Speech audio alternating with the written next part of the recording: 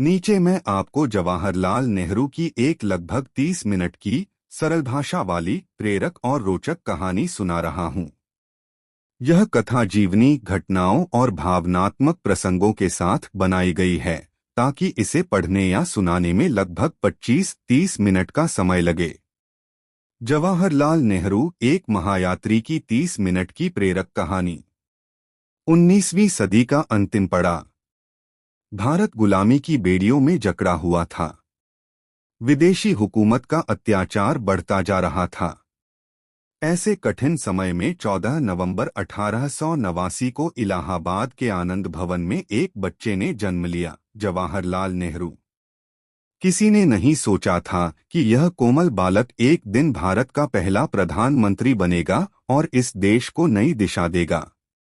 एक बचपन, ज्ञान की प्यास और पिता का मार्गदर्शन। जवाहरलाल अपने परिवार में सबके चहेते थे।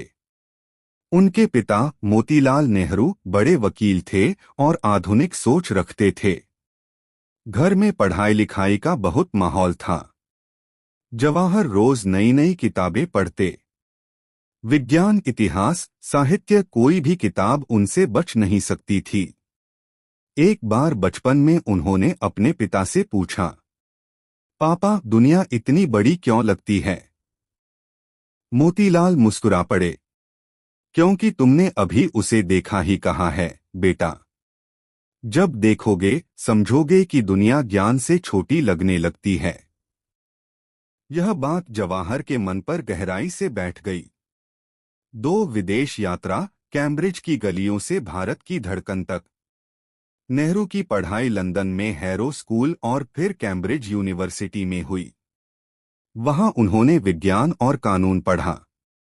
विदेश में रहते हुए उन्होंने दुनिया को करीब से देखा, प्रगति, शिक्षा, विज्ञान और साथ ही नस्लभेद व साम्राज्यवाद की कठोरता भी।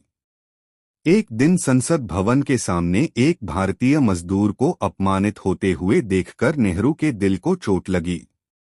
उन्होंने सोचा, अगर मेरे देशवासी आजाद होते तो ऐसा अपमान न सहना पड़ता।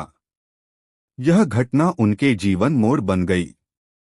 3 भारत वापसी, स्वतंत्रता संघर्ष की ओर पहला कदम। 1912 में भारत लौटकर वे वकालत करने लगे, पर उनके दिल में कुछ और ही उमड़ रहा था। देश में अंग्रेजों की नीतियों के कारण भूख, गरीबी और अन्याय बढ़ते जा रहे थे। 1916 में बनारस कांग्रेस अधिवेशन में उनकी पहली मुलाकात महात्मा गांधी से हुई।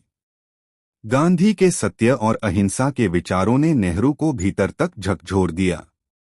उन्होंने निश्चय कर लिया,